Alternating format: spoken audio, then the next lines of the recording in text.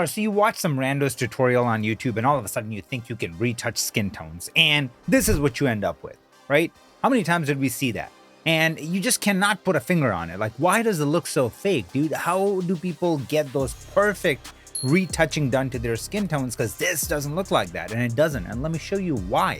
Let's go through that really quickly. Because first of all, it's a global change. It is affecting everything. It's affecting my car, it's affecting her clothes, it's affecting all the details on her jewelry, her hair. When our brain sees that, it just triggers, this is fake. It doesn't look right. Something is off. Plus, like, this glowy effect is just so much from the early 90s wedding videos. Don't do that. So what do we do instead? Well, I'm gonna show you, but wait for a second. There's about half of you that are not subscribed to this channel. So I hope you're on cloud. Smash the like button, subscribe to the channel, hit the bell icon so you can be notified about 1 reel per day and 2 YouTube videos every week. That is the promise.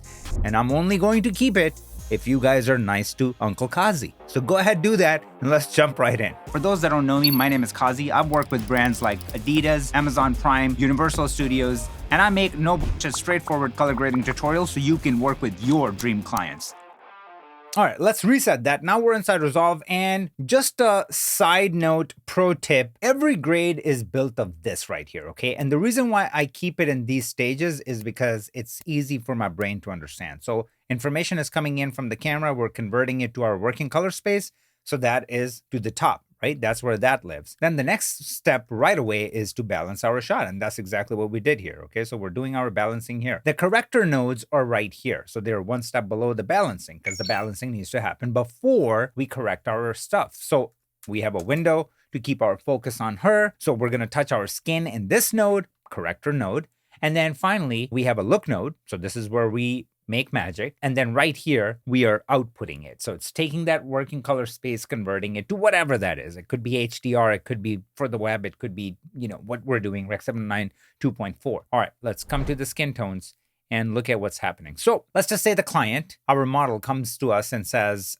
I'm not happy with this. It's like everything is looking too glossy, too shiny, and the focus is too much on the blemishes and pimples. Can we dial that back? Anytime when a client or a creative director tells you that, that doesn't mean absolutely remove it. Again, that's very early 90s. We don't want to do that. So what we want to do is we want to find the right tool for the job. Mid-tone detail is good, but again, it's very general, okay? It's applying that change to everything. We don't want that. So what do we need to do instead? There's a tool called Contrast Pop.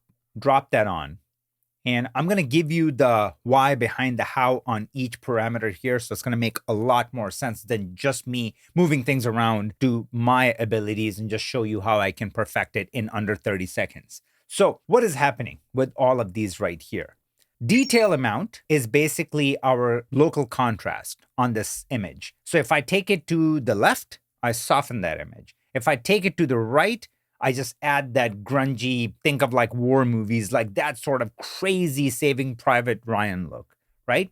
So if you're working on a car commercial or if you're working on a gym promo, you probably want to crank it to the right a little bit, right? You want to give them that like detail to each muscle. So in our case, obviously we want to soften it. So we're going to go to the left. So that's the first thing, okay? So let's just say we go all the way here. And that's super unrealistic, looks fake. Let's just keep it there so we can make sense of all the other parameters. Detail sizing is basically the size of the pixel that we want to affect. So again, if it's something that where the texture is very smooth, you probably want to go to the right and you want to grab like really big chunks to affect. But in our case, we want to affect the pores. We want to affect the smallest detail. So we want to go all the way to the right. And as soon as we do that, see, now it is not affecting anything. And then we can start going to the right and like, look what's happening. We're really targeting those small pores, those small details. So let's just say we park it somewhere around here. And that's where we're at so far. Still does not look right at all. That's okay. Because this is where the next thing comes in, low threshold.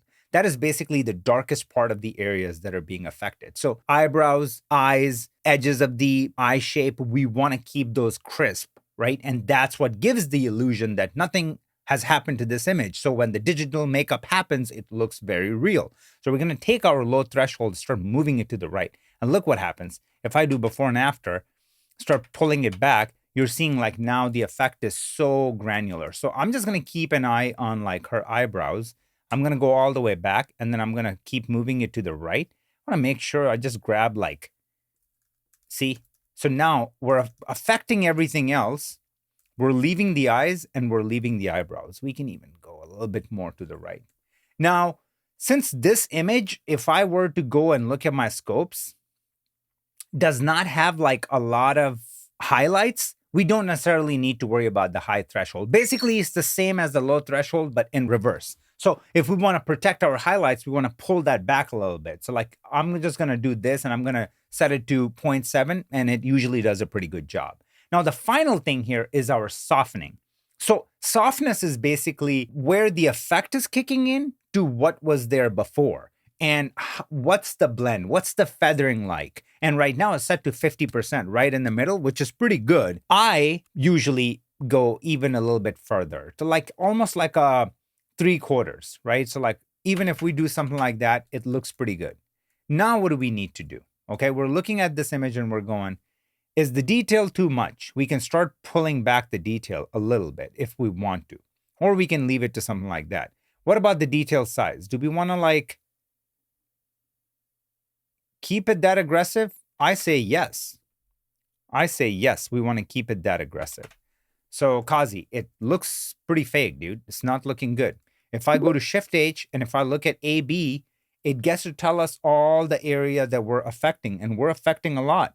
That is not a good sign, because how is that different than what we were doing with our midtone detail? So first of all, it is way better than what we were doing with our midtone detail, because the midtone detail was just affecting everything. As a matter of fact, what we can do is we can add a new version, we can reset this, and we can go to our midtone detail and crank it all the way and like look at how much that is affecting compared to what we're doing here, because we've made all these granular changes, because it's at 0.57, right? So let's remember that. Even if I go all the way back, like look at how much it's affecting compared to when I put it at 0.570.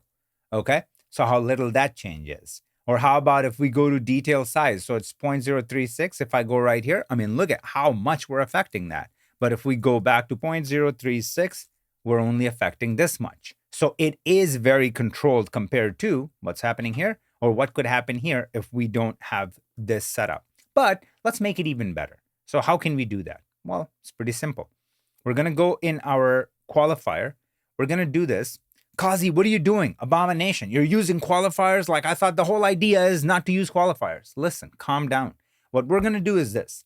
We want to keep it very broad, so we can apply it to an entire project of 700 shots and not worry about it. What am I talking about? We just want to control our hue. We don't want to grab these greens, right? So we're going to control that. We're going to move this to something like that.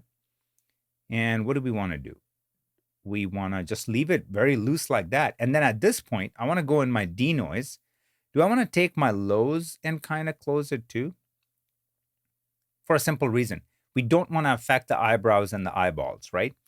Now, let's just go to denoise, and I like to keep it, this is the sweet spot, okay, in the 40s, and then blur in the 10s a little bit higher. That's it. This will never break. And as soon as we do that, now look at how much we controlled. Like, boom, everything is gone. Now the focus is literally these exact tones, which we do want to affect. So if I come down to this and now look at the skin tones where we were to where we are now, it's looking way better. Like it's very smooth and it's actually believable. Personally, I think we need to come up on the detail size a little bit, just because we do want to, like, basically I'm looking at this, right? I don't want to completely hide that information, but at the same time, I really want to smooth out like all of this, right? So I think this is much better. If we want to hide a little bit more, we can go here. And then, like, let's just say if we go here,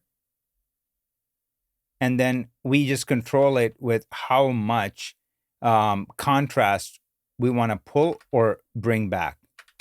So now it's even a little bit more, right? But I'm buying it. I'm buying all of it.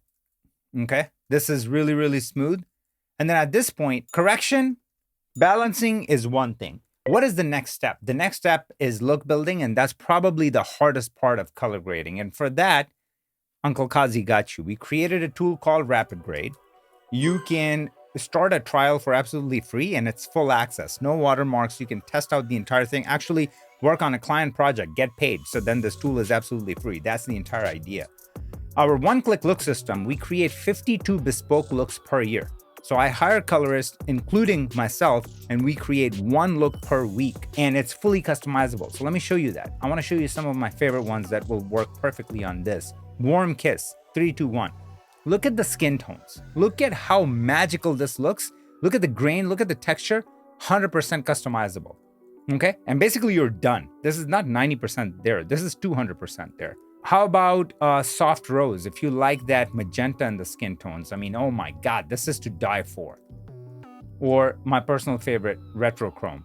Gives it a little bit of punch, keeps that yellow that we would get in Asian skin tones, that warmth, and like just pops these colors so much and creates like so much drama without making your footage look cheap. And again, this is useless. This tool is useless if you don't know how to do all of this. So this is, I'm not saying this bypasses not having any fundamentals. That is very important. So if you want to try it, you can start at $0 with the annual plan. Link is in the description. Check it out. And on that note, if you enjoyed this video, smash the like button, subscribe to the channel, hit the bell so you can watch our next video that will probably drop in 3 or 4 days. If you have any content suggestions, we're always looking for new, fresh content is specific to what your guys' issues are. Drop that in the comment section. I will see you guys in the next one. Love you guys. Peace.